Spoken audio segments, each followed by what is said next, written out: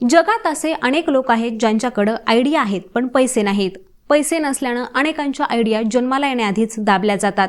त्यामुळे भविष्यात काय करायचं याचं मोठं टेन्शन नवतरुणांना असतं. पण अमेरिकेत राहणाऱ्या भारतीय वंशाच्या विनय हिरेमठ या उद्योगपतीकडे आज घडीला कोट्यावधी रुपये पडून आहेत.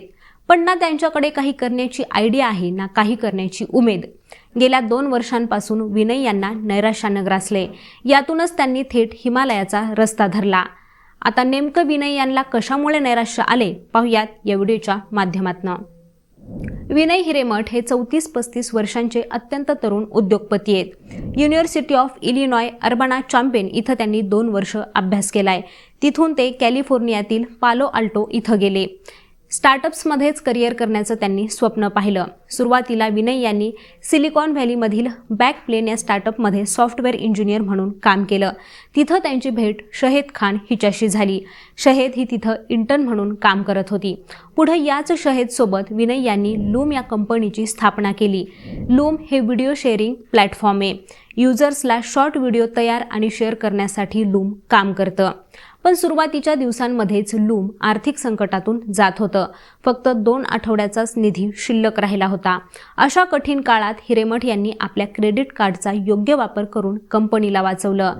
त्यांनी तब्बल $200 दशलक्ष निधी उभारला. त्यानंतर लूमचे 3 कोटींहून अधिक युजर्स झाले. पण 2023 मध्ये त्यांनी अचानक $975 दशलक्ष म्हणजेच 8,300 कोटी रुपयांना ॲटलासियनला विकलं. त्यांच्या या निर्णयाचा अनेकांना धक्का बसला. त्याच दरम्यान त्यांचं ब्रेकअपही झालं. तर ब्रेकअपमुळे कंपनी विकली की कंपनी विकल्यामुळे ब्रेकअप झालं अशा चर्चा तेव्हा झडत राहिल्या. कंपनी विकल्यानंतर ते रेडवूड्समध्ये गेले. नव्या उमेदीनं पुन्हा काहीतरी करण्याचा त्यांनी प्रयत्न केला. मात्र डझनभर गुंतवणूकदार आणि रोबोटिक तज्ज्ञांना 2 आठवडे भेटून सुद्धा ते गुंतवणूकदारांना आकर्षित करू शकले नाहीत. रोबोटिक्स आणि सरकारी सुधारणा यांसारख्या क्षेत्रात अयशस्वी प्रयोग केले.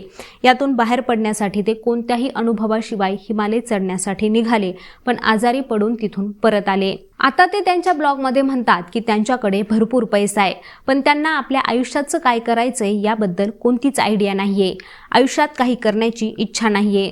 कंपनी विकल्यानंतर आता पैसा कमवण्याची किंवा स्टेटस मिळवण्याची इच्छा उरली नाही, अशी परिस्थिती निर्माण झाली आहे. मी पूर्णपणे मुक्त आहे, परंतु या अमर्याद स्वातंत्र्याचं काय करावं हे मला माहिती नाही, असंही ते म्हणतायत. एकूणच या नैराश्यातून बाहेर पडण्यासाठी विनय हिरेमठ प्रयत्न करतायत, पण ना त्यांच्याकडे काही करण्याची आयडिया आहे ना काही करण्याची उमेद.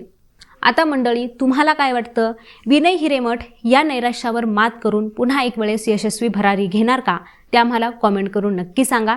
आणि यांसारख्याच विषयांची माहिती मिळवण्यासाठी लेट्सअप मराठीला सर्वच सोशल मीडिया हँडलवरती फॉलो करायला विसरू नका आणि पाहत रहा लेट्सअप मराठी.